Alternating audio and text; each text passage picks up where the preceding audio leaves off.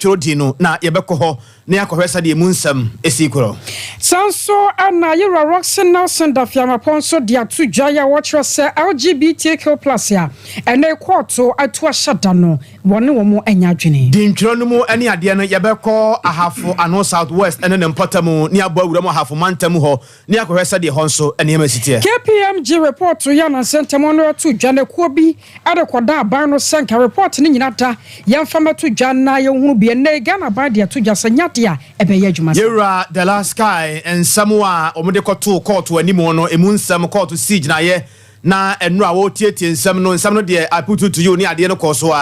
na emuasem nanim phobia kasa e de afachiri mampanya be de che de ato dwase nyame ya dom no betena konya so a Minerals Development Bank wabara se obebie bi e wo mayi mu GII omodi to dwa mo kyerese omode style bi ba style na omode ba kyerese say ye to aba e kaya ye ball e wa about to be sika twitwiro do pa ye be koso no ne nyina behwe na eso atimi ate sanso na twemampo nuamansi no assembly no kwakotena se akoto aba amane mpransa so no won manya presiding member boafo e wo amonyosamu de ma omampani abadi akire Dr. Alhaj Mahmoud Baumia yewura Kofi Tonto wodi atodwa kire se nyame ya atomo a ewiase nyina beti se Dr. Mahmoud Baumia obi a obeyi no ogira brane e wo bibia mabusuan sam no pika ho ena wie ya yesin kunwa e wo Sompa TV so no ye de ebrew abefo tentafide no so ye ho a ye adwuma obetuma di eche me onya bi ahwe ma onya bi akenkan www.sompafmonline.com ye twa e de afa ho na wonhwe woni a wo epoye Sebono ne po ye famu hodom no sem kranza tachiman kentampo ani nkroto ahodo ye won potem hodom no Sompa 90.7 Sompa 90.7 adawroma womonso fabi ewo ho woni a owo sunwane na afenso hafo ene potem Sompa 98.9 Sompa 98.9 ekwenyako abrono ma chiame ni moni abusuafo no so ekuramu ewo ho woni a wa sante ne mantam kropon kumasimu enso kuramu ewo Sompa 93.1 FM Sompa 93.1 FM wie yatena sene yakunkun a na kyerese ya hoode ne yenya e de free mizo 5G de yafra na de fenso de yamfra ewo ho Dr. Silas Adawro ma woni ne bompu nimpo a asabri nyina to atwa e ma remfisa awia na bomoden na efo ni kyeremu ewo 3A Herbal Center wona duro ya wato apeti Mr. Herbal calling na dane Herbal ya ayam tim sisi ya na afesu koko no A2 ase e ma remfisa abre afena dumie no abo ebrenkoi yamkora bata na doso ba bia ba obi a woni yesia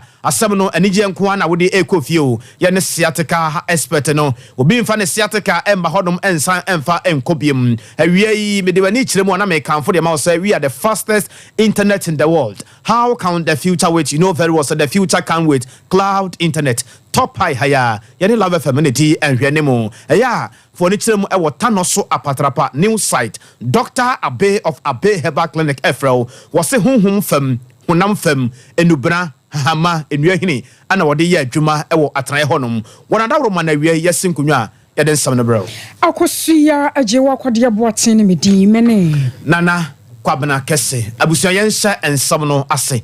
ye de kan akirekire mu e de akire wo se nafu kakra ni ya yisi adwumako no ebie kwan mu ato ho woni a wonya mfinhia no edu enwotwe na woku che wodin de gu nkrata so sebe ya wachena bi wodoma nkoma mesani wiase na sa nipa no tease a nyame ya adom na eda no du se yekoto aba womonso atumi afa won card na wakoto aba na nipa asmesi na so obenten a womo ankasa pese oto aba no edema no na emu asem no aye bebere NDC edesobo ebo MPP nso edesobo ebo NDC amanyoko no na wodi wani kiremu ewo mfimfini mantam no emu a yenu aba Mabel ya wono wani a woton NDC amanyoko no ensem ewo hono waka ho bi Mabel Ishan ena ode atodwa no kyerese hwe de ekoso no ho ene enyan pa o wowura ye fe no eko ewusi papa no sa NDC amanyoko no enya enkwa ewo dintro ya ekoso no mu a ene eye wono a womunya wowuo nso a eye wono a efiri se papa no su ene ne ban ya woda na die wompotam honom no emua kora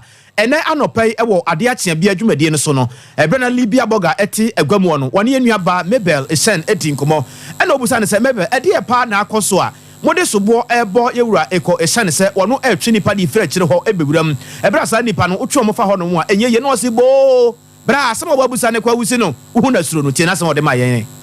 commission am I in the so Africa. And to end this amani ko le ba ni sa no. Say ya go wa lo. Ba bo ai na ye the trust I put on it. Intelligence I take here, so the meaning of the apostle, yes, see, MPP parliamentary candidate. New residents here. And CCTV, the evidence said, or the say, to for the man the five communities, I went to park of it. And I walk and to me, no percent of Holland, I'm a part 11 o'clock. Before I am now the one, because you have let me feel more. When I know when you feel me, that you if you do this. You don't want to be moved to boys to be on my train. I'm a kind of friend. Let me be some more. Say, and I'm a contract. And for me, they know why you're so okay.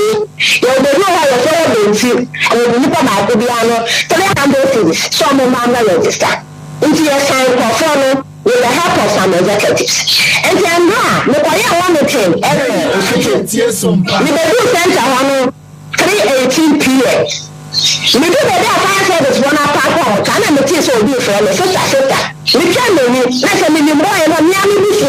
We have this. I want you for a few. Let me know how you are.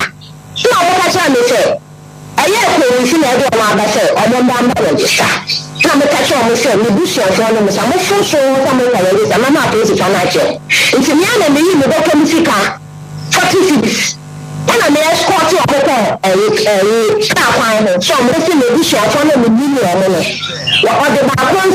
and all the check as I tell you last affairs essay or the assemblies and the others all these guys. So you have me and the woman organizer from your sons and a lesson directory team member. Your son is Sarah, my baby, and a branch woman organizer. And check what design says. And I'm for the star. I want you to meet here. Organizer catch and say, yeah, we confirm of your missing movie and make you surprise. Yes, you lots of open. Yeah, you see me from my home. I prevent his uncle from some moments, and I'm saying, no neighbor. Ene ya etwagu ye eye Mabel Esan wo de wani kire mu ewo mfimfini mantam mu a woni ya woton ND Samanyoko no ensam no woka ho bi ma yenkoi yenua bema Eric Anan de si anamu ewo mfimfini mantam no emu Cape Coast North ene ne South ne mpotam ho nyina no apa ho e de abonobo Eric erade asomdue nkan so kobna North ene South sai na enema esitie mantam no bia yakọ nnura no beka sa brende obekọ ho no na sobona na obia ede bone yonko enu achi yese network no ate ede ko ebisa nkola na aba MPP for do maba NDC for do maba North ne South ne ba bia wachire nyina no o ka bomu nyina ye tie sompa me la se kobna imprempren de menka se oba betem mantem ni titru ene na hinko Cape Coast Metro esan so oba bepiem o Cape Coast Metro Cape Coast North and South no o ma ka bomu eye ne bia ye ba ko a eno ye Cape Coast Metropolitan Assembly ni mo Nemo no ba ade a omachim tent nie mienu omo A and B A no A Cape Coast North ana B ne Cape Coast South nti omachim a omo ye nyina wo bia e baako na asema menka sa ba obi a atwena no abia so obi e ka bi no e nra pinte kakra esi e wo ha no ne nyina ne se NDC amanyoko ne ma no ene MPP amanyoko ne ma no enya no ntime ho ase kakra ne dodo na toto omo nse nyina e wo mu ne nyina ne se ade a bepiem o Cape Coast North a Ora MPP for the as only mo as parliamentary candidate and from Horace Ekowusi idea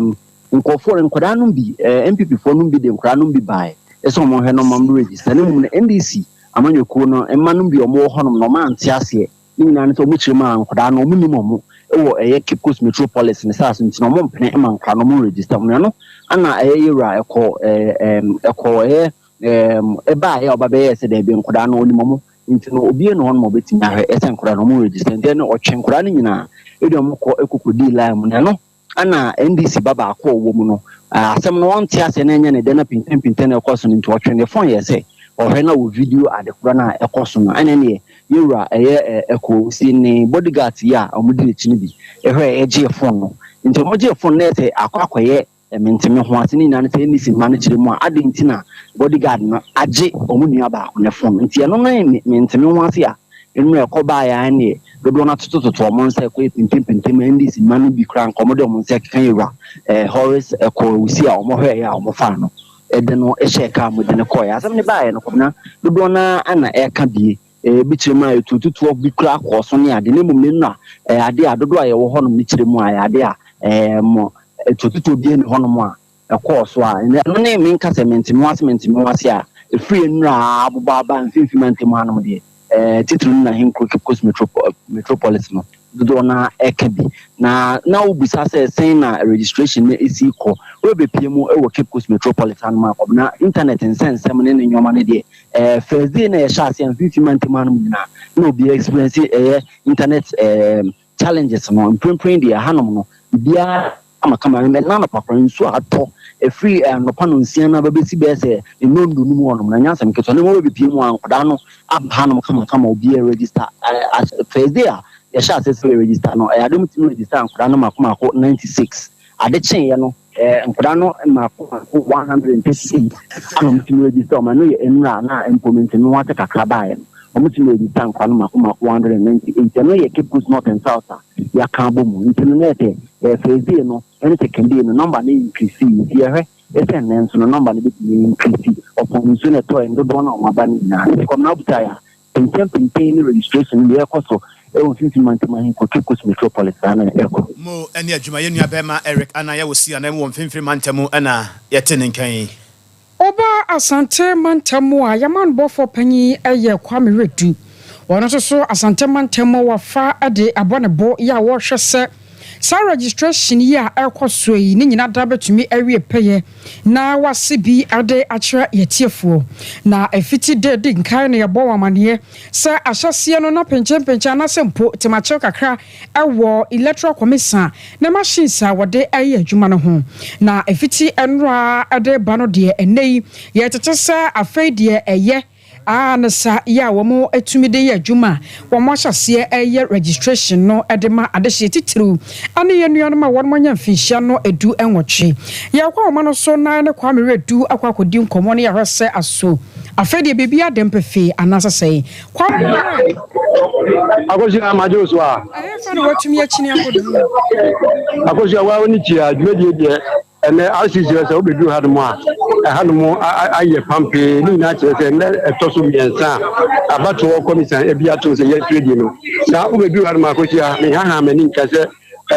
ugre constituency ahodo mako enum a omina eba beti omudi wa na chese aye ni presem papa na nyina mu no na ye hwese nka process no free na no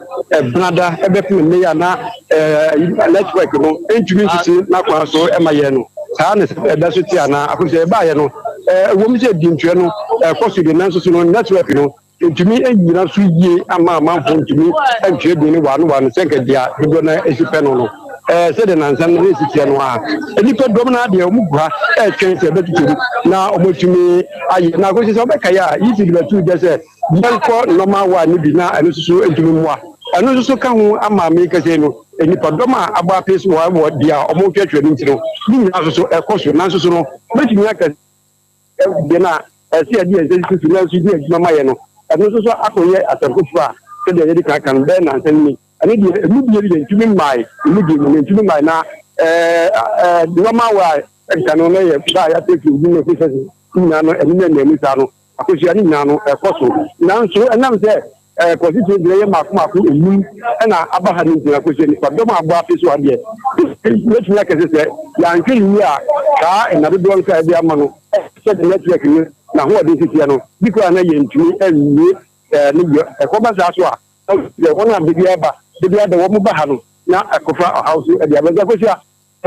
jejere de betumi aka se ekoso kakra wo ba ha no a wo hu de medical kan na anwa e ba ina no abambo nsem de eyi adwuma kama efi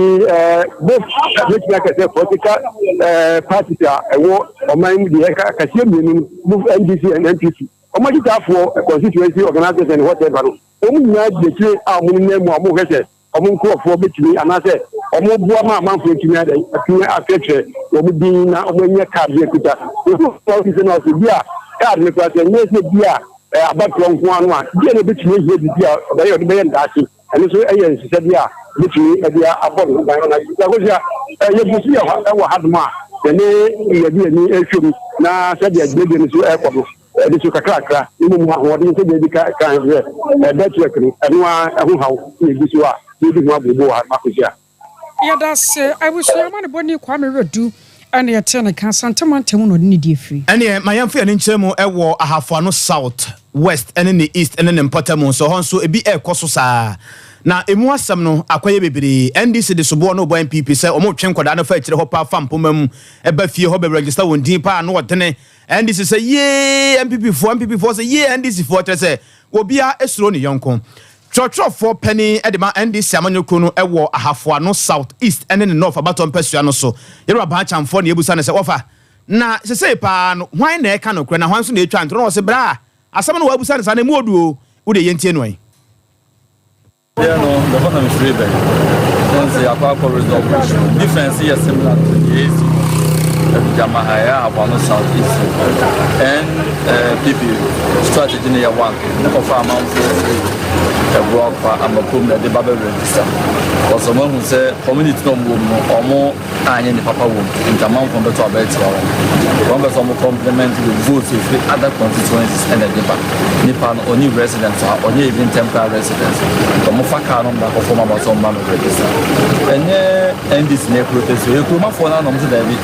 Yent Nahamu being three children decided who should be a member of parliament. And the Kruma for now, report them by Kruma for now, resisting any MP for the CNU. The dear, the Embranon said, nipa ni temporary residence omba ni a challenge job by Kruma for the some plan mama for and decide the be mom and bomba be say akota papa for register the go not move coordinator e jo be no se meeting abo meeting ya ekunisi so Ghana not be no na hwase e Ghana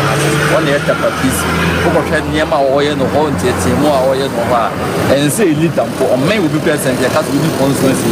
ya that said the whole national number the franchise but here the SPM brand whoever I'm the never on through you challenge and that's what we ya ba chamfo ono na yete ne nka na no achi ne ewura afredachi ono so ani abrese ne manfo so man Ghana mra so bedwam ewo empotam honum nti ono so ko ho me ebusa no se ede e pa na ekoso achi wo de wo yensamtwiro ni ede e pa na ekoso no organization about na ne dey ya organization for because no organization bi o mo chance because they dey fan say ku a ne se service of e bo mu nyina ya de kai si we no ma because bi o ba bi so nti se be be coordinated e bo mu nyina no ne de kai si no ma fo mba no mu chocho ni wi a e ka ko so no be obeku bi anu papa no e ko bi o ko be du awi ya also different place because we are there the person in the end is a person eligible so opportunity voting a civic rights so if I can know the 18 now you're eligible so to what our time passing by you and our time to you on 19 by you what about some between I don't think that we issue there's nothing like that come I was secondary school this is secondary school too now and go for no from school that no matter you know say come on go school go the man we na I want to go school again to say yen mantama for na say what this no yen so my nuanom ne no na do that room FHS first na nka school in school fees na do na ntimi and process school a fee because of FHS no yen ko for no want ma nyina what this tuane nyina na conscience we nyina ma no omu we je chesa do na to for SHS and because the school be hanity do na for I recommend SHS sabonum SHS tepa SHS do na fi mantama na be success na ko sa school mo ko no mo ni fia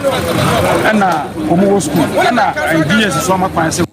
yewura fredachi na yete ne nka no wogyina mu ewo NPP amanyoko no edimu ewo ahafo ano south east empesua no so honom na ni abre den se manfo ensoma no Ghana embrase bedwamu na yewura fredachi ewie ye no an na yeda ne ye ho woni fa so kakra na ye ne NDC ni nso edi nkomo ye onabo Yakubu Mohammed na ebusa ne se sei no wo bia se bonkum ede so bo nifa so so bo no ebo bonkum ye sei no hwan pa na e ka no kore e wo mpotam honum yente na sama ode ma ye ne I am very peaceful. Now the young guy for the first time. You say, more starting the students. I'm for the street ever. It's approach or more and more dialogue with no. And cry with some one kind of place in free her. Running this almost for offense so this almost free even tema. You know, and I always said this is a Ghana education. I'm the directive of us Mama 4 years and right now it's my corporate register. Now, inquiries in the Hooker and Granite said, MP before I want to see I'm a candidate in October. I promise I remember when I said, I'm proud of this routine probably to register. I'm a Aquabia 36. Now, I said, Chian Laura, Wei yewura Yakub Mohammed ona esi ni manfo anemu endi samanyo konutimu ewa hafo no south enene empotamu na to se wode nsam wei atudwai anro ya no menu nsia kase bomu no yebo mane se LGBTQ+ bill no a nipa mienu bi di akwakoda Supreme Court nam so nti amama mpanyini wontumi fa nsa ansha ase no court no akoso asetena na ebra court no ekoye no sebre no watu ahyeda ya yenim dapote pa ya court besan so atena sem no so na wahwede yie atoyie ano na nam so ma Roxanne Nelson Dafiamapo ya wono ya mrahwedwani ewo Saudai abato empeso so de atodwa etrose hadwene na wono nko ade ne de akoye a ade ankyehso na court boto guye ejisi wobed ne de akọ na asem wohia seye se Ghana fo betie na mampanyini etimede ne nsa ahyase na ne kire yada no court tutu hyada de ya na ese hadwene pa wose asem we kura pono kani kwa sen ka court tena so a enkedi ba sa dohwere no aduonu mpo na nkamfanse won matumi de omun sa ahyehye neoma ase akeka kaneoma bobom ama oman no ya wono yanim ne yachi na se yebetutu ahyehye da seye a wabra enim da potia court besa afra asem no de a ene na nsem eha ewo me I got worried by the adjournment CNDA on grounds that by practice, matters such as this, that one has high public interest, and two,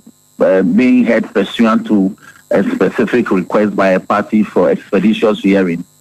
the court normally or ordinarily would adjourn the matter to a definitive date and then give timelines for parties who have been directed by the court to file processes to do so. So, for instance, if this matter were adjourned to say 30th of May, the court would have directed that, well, the plaintiff, if as directed or minded, could file processes within 4 days after today. Then, when such processes are served on the defendant, then the defendants, if they are minded or as directed by the court, will also file within 4 days after the service of the process. So within a matter of 8 days, the upper ceiling 8 days, any process that ought to have been filed in the matter or any party that ought to have put his house in order to file the process would have done so. So when the court returns hypothetically on 30th of May, there will be nothing outstanding, safe to do with the motion before it and determine the matter. But not having done that, the matter is now in abeyance. In abeyance in the sense that it's been adjourned for the parties to put their house in order and file the process is not giving any timelines within it to do so. I was your way, alright. Roxanne Nelson Dafiamapo wa yamra shebadwani e wo Saudai abato empeso so. E wo sansensem no emu no e na enra nansem twerefo nso ya no egu akire pa na ye di nkomo na afenso yasonso e monitor de e koso nyina e wo Supreme Court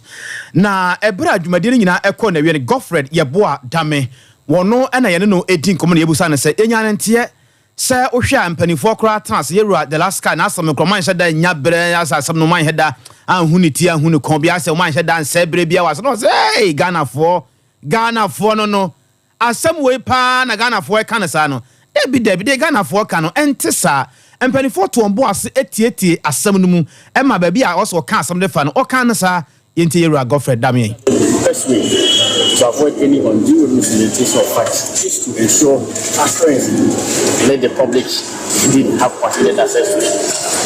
Proceeds the court, of course, in terms of the constitution and the court sites are open to the public. The public goes way beyond the number that the court. So I think that the proper interpretation of the constitution and all that will really require that when some of these sensitive matters and matters of enormous public interest come up for hearing. Indeed, the media ought to have full access. It does not have to be only the presidential election petition, which occurs every 4 years or so, that the media should cover. And I'm very, very grateful to the Chief Justice for, in no time, acceding to my request. And I think that all I wanted to achieve was to ensure that people do not misrepresent population in the court. They see exactly what went on. And so we yewura Godfred yebo adame na yeten nke na enu achie ne pa kwasi bedu wono na ye emranim ni ya wogire mo edema Richard anasa Richard the last guy ene yebusa ne se offer krenkren gban ye ka ne sen. Apparently, we had 2 applications on record. The first was to file a supplementary affidavit in support of our application for interlocutory injunction. And the second was to amend our motion for interlocutory injunction. If you watch the court carefully, they virtually granted those 2 applications. So the directive to file or refile the entire process was virtually a repeat of those granting orders. And it was nothing untoward so far as we are concerned. To us, it was enough. But the most important is the upholding of the law and not a rush of time. So far as the law is put in proper perspective for the court to proceed with it in its rightful manner, we are not so much against lapse of time. Abusa we yewura bedu na yeten nken na sentam agana ban ya mampanyi na dodie ne mu ehye KPMG se warmonya report to emfanfa Ghana Revenue Authority contract bia wade ama SML ho na enam so ma hu sikasem asejwirem ne katanhye bi ayaba mu na enokora kan ho bi ema Media Foundation for West Africa adasam no ekoyi ya omotwero kratare kuma mampanyi ne senke betumi a sane ba na Ghana fo bagie aban no wadie yebehunu no kura wom wonti no sa report no a sa KPMG za ho afo de ba ye no wo wasa wode ne nyina daba beto dwa no oman no ankasa yakenkan fititire kopim tire ne ehunu sane asem no ani esitie anam so amene aban no de aba kire se koba se wo mo de sakrata ne nyina ba beto dwa no mo boa wo mo kaso mba ye ne sa ma Ghana fo ho atowo mo titire ne Media Foundation for West Africa na wo mo edada won mo kra na eno na ma Ghana fo bi no mo kasa tia se ade no ayo man sika contract no Ghana Revenue Authority ede ama no seven producer anya wo muboto mu sika enum de kwa kotua ne nyina no ya Ghana fo sika no ano ejisa aban wodi ama obi so anya mu hwehwemu na report na ba beto dwa na Ghana fo se ehia report no se ye betumi akenka bi na wo beso de baba de a ene na asem no wo mu nsada anti ase papa Ghana Integrity Initiative madam ba ko ya wodi mu tintiman madam Mary Ada wona Sompa ka se atwetwe nkomo e ma de onim fa ho no wono so chechiru. It is very unfortunate that this is the posturing of government when it comes to the request for information. And like Sule has indicated, I do not see anything that has to do with this request. Besides, the president has used sometimes the report and so some aspects why we want exact information and that the outside law and the sections they have quoted. It is unfortunate because these are some of the perceptions that fuel the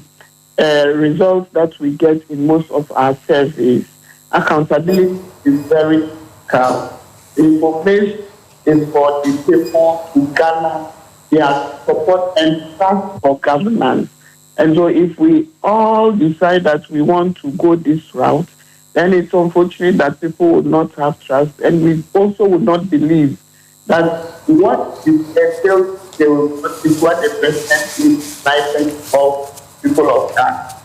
Remember, the Constitution also tells us that we have the right to information. Besides that, the Constitution is very clear when it comes to the mandate of the people. It is the people of Ghana who have the power, and who actually give that mandate to one person to rule. That does not give the impression that everything that happens can be done by one person, even though he has exclusive powers. Ghana Integrity Initiative panyi pa Madam Merada ne teninkin. Ye maami wa mananso ho wo sa to aso dwumadie bi ekoso ewo nkramanta no mu na nyina eyese nnwaku ahodo ye wo Ghana ha se ya wona anofo na adwene po ne wontiremu po ne wonda yeso nyina yese ye behwe na ketasese proye kankan ene dwirim na yatimi ayi edi afiri wo se yentimi ntu ase ekura no a ye betumi aye hu bibi na fua miensa dwumadie ya ekoso no enene da etoso amiensa no na wode atodwa ya wo kyerese ebera so pa se Ghana ye koto abase yi a wo hwe sika hodo ya ebedwi ade afamu ye kyesei weji sei bi kura mpo nipa na wogya se ne manfo ento ne so aba no wone ya wakoto aba no edi ano montoma me mema mu 2000 montoma mema 5000 asa agora wantu a yento emfama na wonya tua nko ade a ombeto ede ama wo eno na wo kyerese ebera so sasa ne ma nyina ne hwe na ye yifiri office Ghana no senke ade se ye nipa emoja enwuru ye pa free ya pampa beka ye nase no nke humoja nyina krasa. In the process of working together again to propose a bill for regulating campaign financing, which is a big monster that is propelling all the corruption mostly in Ghana. Elections take away so much, particularly now because the citizens have also decided that it is important to gain their due within those spaces because that's when they can get it. Jim, we have made a lot of inputs into it. Unfortunately, as we speak, we still do not have a law, but we are following up to ensure that the conduct of public officers is criminalized in instances of conflict of interest, which is not a criminal offense in Ghana. There are many instances of gift giving that is not clear, very analogous. People get away with all sorts of things because the regime is not as clear and robust as we want. For Penny Mammy Mary Adana, Dr. Alhaji Mahmoud Bawumia de akwa to Jawa Bonoman small scale mining Jumedia Sonkwana Elkoswase Elchose Trenya Bofrania Pemwa Hentia Kagana for Behunu send Tirimu Pa Wademo Marino Esusopa na Nyame ya Dom Amanaba Tina Konyaso 2025 was says a shabby or the Begua Quam won Nyama Obeyano Ebi a Minerals Development Bank Ya Oborasa Fumaku Dia Nyama Tour our May no e wusu obetimi anya sika botene na yade abo ho branti ho banki e na oberese obebie na sa gina yeyi ene susudie ya wosusui seba ye beba mu nyina no gina Ghana fo so se ye beto abade ama no afi mu sane ye beya sa hye yi betumi aye adwuma no man no sika atumi abam no obibiada atumi anya biadi. We also want to, as I said, in collaboration with the relevant state institutions like MIF, PMMC, MIMCOM, Bank of Ghana, the private sector,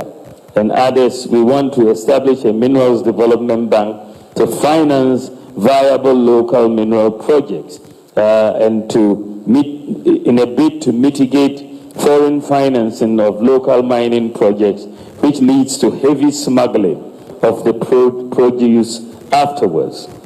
We will also, ladies and gentlemen, adequately resource the PMMC to establish more gold buying centers at such markets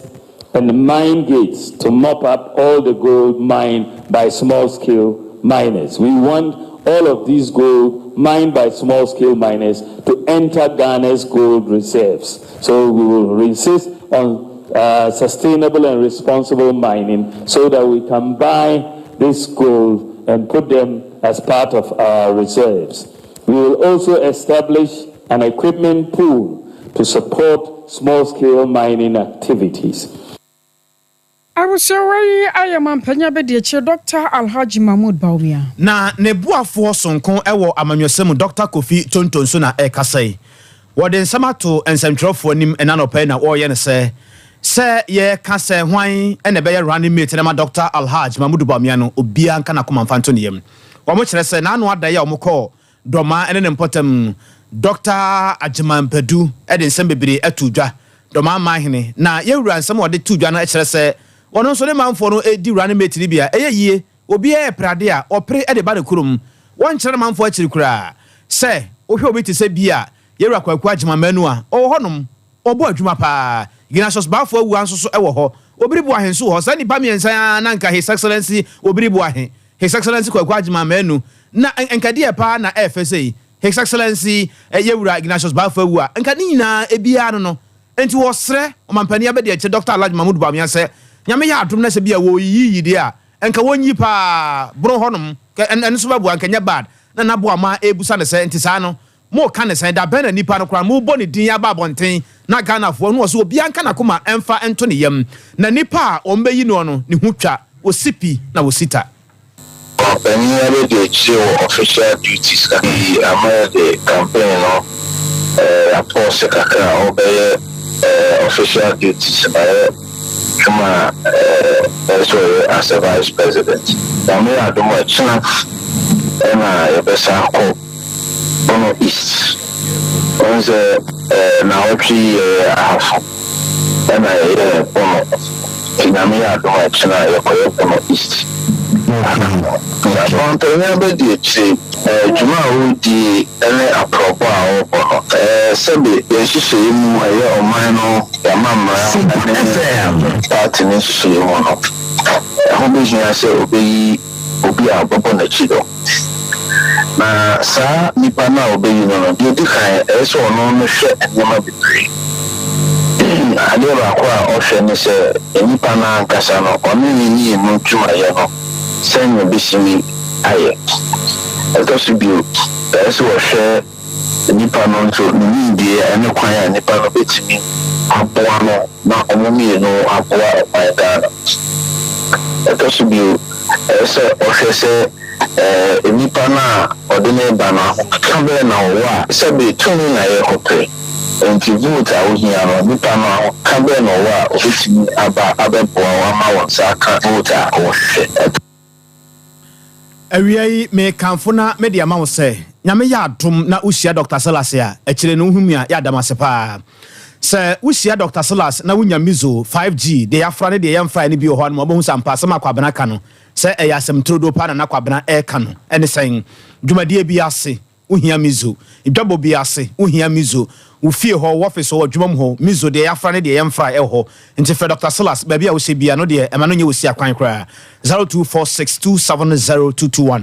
0246270221 ayam tim sisiade ne koko na e hawa mesrew bomadi biada se fere eheba center da draw de abadwa so e fere ne koko master no won sa beka bi na wato apete ba bia ye to nduro bi te se Mr. Heba Colina Gani Heba eno achi apidank wo de ne ye de hin koko afifiri hene fa etua hene de na ekọ wanu maduro a enko wo ho tie we no onum a ehia se obra emabiem ene ye de no so se ayam tim ti ne ma onum sa aduro ya enya de se ebefa wo yam nti ya na wahye ne nso pa ba bia to nduro bia no so pe fere eheba center wona duro a e fere ne koko master no bi 0546 107107 0546107107 Emma Remfi says abre afena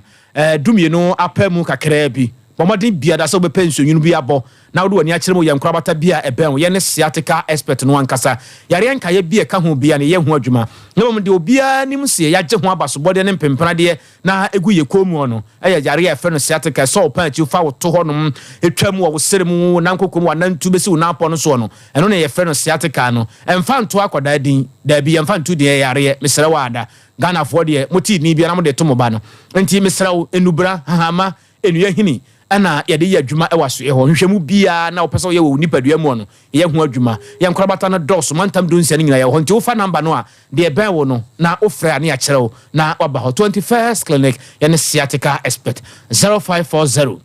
311 311 0540 311 311 of course kwa na oko cloud internet asuyeye cloud internet say we are the fastest internet in the world. How can the future wait? The future can wait. Top high higher. One year you Love FM NT and Hanimu. Adie biada yeah for internet hono fa koda mo na omunyama. All for 0244601933 0244601933. Abusu awodi ne ye de hini. Eye fie yade anase obi na ato yare bi de ma wana. Yare no obi de adura ka entumi anko. Mesrew ese wo nipadua no wo de ne stomach ulcer and hernia etware na wo fie honom koko hene fa na atua menua ba nsabuo no enkoye be ma waye mmere e wo mpam diabetes anso so na namu yare bia ya wakote sickle cell ne ade nyina be ma so pese wo tre wo mema yemu a ne nyina no Dr. Abe of Abe Herbal Clinic, Dr. Hannah Betty Abe ne nyina so oye adwuma kama na de ntia wo so oni kiremu e wo Dr. Heti Hannah Abe ho ene se wano oba ye obi a wode ne yareye akọ bia no wo pie firi ne fie hono mo a na wode anigye ene ahusie ene eba afi se enubra no ho na wote ase hahama no ho na wote ase enua hini no ho na wote ase pa se ye di aduaba na ye di nua hini hahama na sayare no Dr. Abe echirem esi ase echirem no atrem nso ma ya Ghana for ate ase seka said the whole Ghana obi agitum se obi an Dr. Abe emomu hye ta no so patrapa new site ho 0243 34 5392 0243345392 one adaroma awie ye to nkreta ne abayeba nsempia ka akira ye de besoso 21st clinic aye sciatica expert sciatica no o nerves na wo to ase na fa wo siremu na fa wo nansia besi ase ho no se ho techema eno ene ye fa ne sciatica na etimi bubu o to ase ka wo se dwe wo sirem wo je ho ba bia enye na eno na 21st clinic ba ye adwuma pa wo mu ye ntia baso bo ma gye ne wo Ghana ha ene amono ne enyasem ketewa Womuji international awards ahodo womuji local awards ahodo na anu nso na womu be the only sciatica research and treatment center in Africa bibrim hano ebi ni baby agi se 21st clinic nkwa womu de bibiduro ene besa o yare no masa de machine aka ho yare sabia yare bia wutimi de ko ne mama ade ba ko a womu gidi womu pa no sciatica ena stroke nso de kwa diabetes ne hypertension ne ade Ghana ha baby a womu ho 0540 311 311 0540 311 311 There's a 21st clinic. Woman is sciatica expert.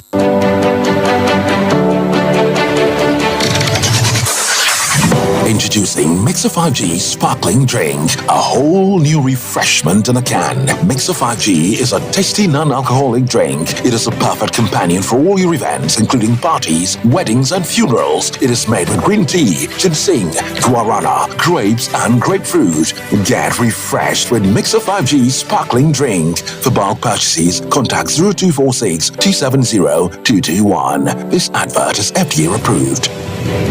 Brakasa ye duabon waso a ne dwumedi wo nipadua biara pomden ene na brabo mu ne hieye pa enye brakasa nko nuaban ne nhaban bi te se kwunsusu a abonwono ne dia akeka ho no kura enwanunu ahodo a ekwa animu yi ankasa brakasa ne sa nuaban bi nom ne akeka bobudi afa abefo kwan so a ye de aye brakasa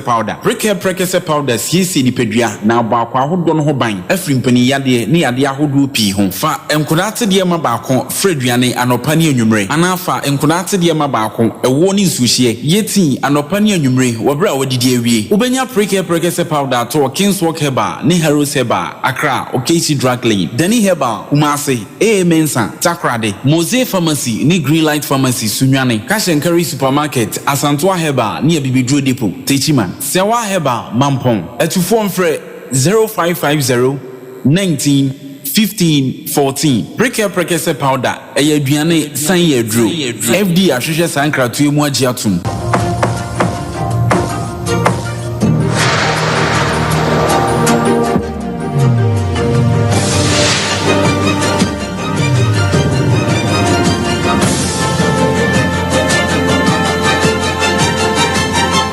Sompa TV Emma Aketiapa. I was here to say to and some so at your mom. Sino Assembly no akwakoto aba ayi president member we kan wana na imprensa so ya abato no akwaso eno no na won monya for justice and Nkrumah we assembly member e wo bayebo number 3 wono na omudi ne ko no pose a omoye se e wo se won mo kwagina na afa yes or no assembly members be se aduonu mu nan won mo kwagina ne so na wato sa apano ewi akire na emu aduana miensa ato ane e de amano se wo mo pene so obaye won mo presiding member emu nkono e de baasa daabi e na mienu aka de wonom ese no na ewie ye no na ese yewura justice nkroma sebra aka said ye wono ana ya atwemampo no amansi no assembly no presiding member wonom kwanhyiamudi a wono ana betena dwamu ye ne wonom nyafo di nkomo ebra abato no nyina da kɔ na wie ye no e ma ono so nsɛm kakra wode ma ne mansi no wɔse bibi de kyerɛ wo mu sɛ na ɛdindeɛ na nso na awurade de dwumadie nyinaa ba wie ye de me kan nyinaa ne sɛ assembly members nyame nhyira wo mu na masa aka bio sɛ ɛyɛ nipa bi ntina ama yɛi aba sɛ assembly members na wo mu nso de wo mu hwehwɛ ɛne yɛba bɛyɛ ho adwuma tie nyinaa yɛhwehwɛ sɛ yɛkɔ yɛi electoral areas na yɛbɛgye opinion leaders ɛne electorate no adwen na yɛde aba assembly na sɛ aban wo bibia so ɔyɛ ma electoral areas na wɔtumi agyina so ayɛ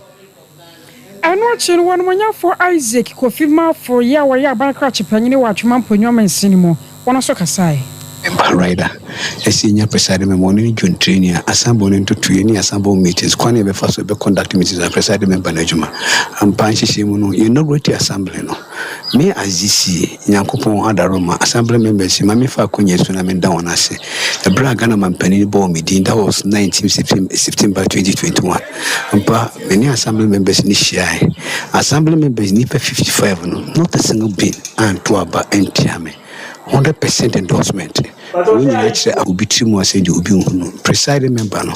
necessary to union justice by first one when you to test of it is a second one when you ene nyankopon adaroma enam akwankyere pa ne yafutupa entity and at the try assembly members say besre sebi adwobre bibia yemre obia se fata so odi debre bebre hu hia ebra sebi nyame be ma ne nsa so wa bra boma debre na rade de be ma no rade ma ohie hu ni nimdia ebe kan ho ma otumi de debre no afei onmonyafo Isaac Kofi Mafo Korea wasanso to aso ade afutuo de ma assembly members no afa abato anasempo isi exercise ahodo a ekoso yi Basi assembly members and say me so na need dem continuous registration na ye electoral commission and then we be no punato ho and then ye share the intro na say on the 7th Timisra assembly members ne say ye besre one call various electoral areas no omo ne electricity and kasa enkola o ma so say ye tro mu di 18 years no omo ni nkodi intro no Abusuawa ne akoso watwemampo nsini mu na empanifo bi ya efiri nkramantam no ekoka onuanom ya wo mfimfiri mantam no hu nyina kyerɛ sɛ yenuanom ya wɔkɔ na ɔkɔyɛ eposo adwuma no wɔn fa ngo ya wɔde kɔ epo no so no ɛho asɛm ya ɛbɛgye nsɛm ɛwɔ anomabo ya ɛnam so krama obi ɛfamu etinananom ɛwɔ nsɛm ma adehye bi nso epirepira ne mpanifo akɔhwɛ sɛ deɛ wɔn ho asɛm esi ɛkorɔ akɔkyea abusuafo ama mo hyɛden ɛne yakɔ na ebra asɛm no ɛba asa no owura ya wɔno wanya mfinhyia aduosia enson na wɔyɛ adwuma ɛwɔ baabi a fango no ɛwɔ no mpanifo etutu mirika dum gya adwuma ekuo no bra enema gyensamu san mpanifo kɔ hɔ yɛ sɛnka obetumi atwitwa agene ne nso so no enema antumi ankwankɔ yeye ya wɔte nananom ɛwɔ ense do enye wɔno nko a nipa pi ɛka ho ya ɔmo epirepira yɛ wɔpani baako a no wɔka ho ɛyɛ ɛkɔ anesi wɔno nso mbra mpanifo ɛkɔto no na ɔmo ne di nkɔmɔ no wɔde sɛm kakra ɛto no mtrɛ sɛ baabi adu no deɛ ɛmoa ana ohia wo Toto ni bala mi kapili. Inti mudu na msa. Temiti pepe pena. Jano tumu ba ba infa ba fine. Jano ba fine also. Fati a mi fi geni hospital. Sisi na MP prefect for aba. Waba hospital wo. Dem ede na oba. Achi so oba. Achi so oba. MC na MP. Oni aba na asema sisi ya oyo ni oba. One oba nkankla mi fi hospital. But obi fi na system ayi. Na enu achi yenuanom ya okɔ epo no ankasa na okoyi nam ba me nya bi edie no omo so de nsam kakra no omo de na eya desrede kyerɛ sɛ aban no tu sa na mawe de ma wo mo a nka bɛboa wo mo aban de sesi ala to ncho asesara abahe do won ma abo ha mo oyo hu yakopon koti mpo no wa de ma me tu sesi ala ba ye yarfo to ka obi ko hweda admo na wo ebu masesa mo tu me nya ho papa nti sesi ala ne japatu so ogu omo wa se wa sho sesi aba na me sesi ala yentu enwu yenwu da abad potro baba yetu e da akopo why nti e besere da sesi ala fofo na wo de besuwa mo badra no ye no card no fo me ntap no potro abo bibia fo mo gum ne ya fa fo abusua we yɛ nsɛm a ɛfiri anomabɔ ɛbaeɛ na emu asɛm no bi ɛno nakɔsua yɛmfa sedama koko Veronica Jando akɔsua somoya Grace Buzi ni news team no nyinaa akɔsua agyewa kɔde boaten animedi mene nana kwabena kɛse yɛsɔre so ama Sompa nkɔmɔ of mami premani ɛne na bedwafo no atimi aba wakɔ na no ade abrante bi deɛ wiemma no saa obɛsan aba ho Apostle continues. When it comes to chicken, the good old days are back.